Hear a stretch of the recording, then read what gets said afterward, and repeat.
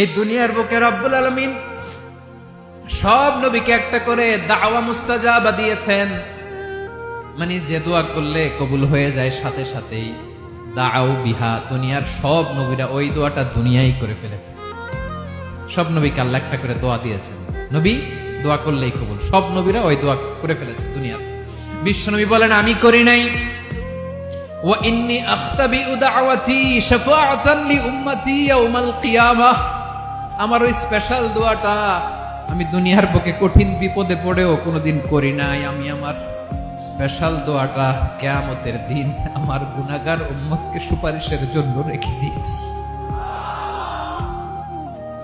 আল্লাহ বলবেন নবীর ফারাসাক, মাথা তোলেন, আর কাটবেন না।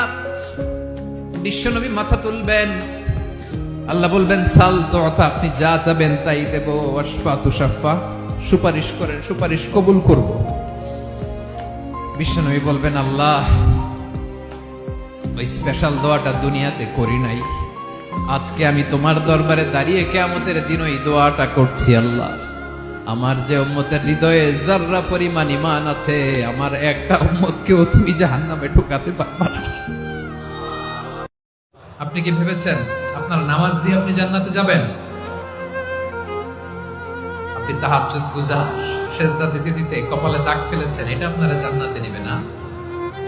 আপনি এলাকার সবচেয়ে বড় হাতেম তাই দানশীল, এই দানের ভরসায় বসে আছেন।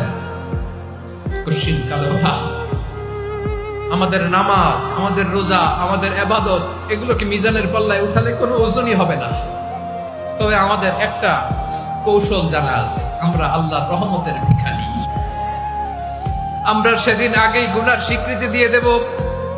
আমরা বলবো আল্লাহ তুমি প্রশ্ন করার আগে তোমার একটা কথা বলি, আমারে কিছু জিজ্ঞেস করো না, আমি সব করেছি। এমন কোন পাপ নাই যে পাপ আমারে দিয়ে হয় নাই। তোমার রহমত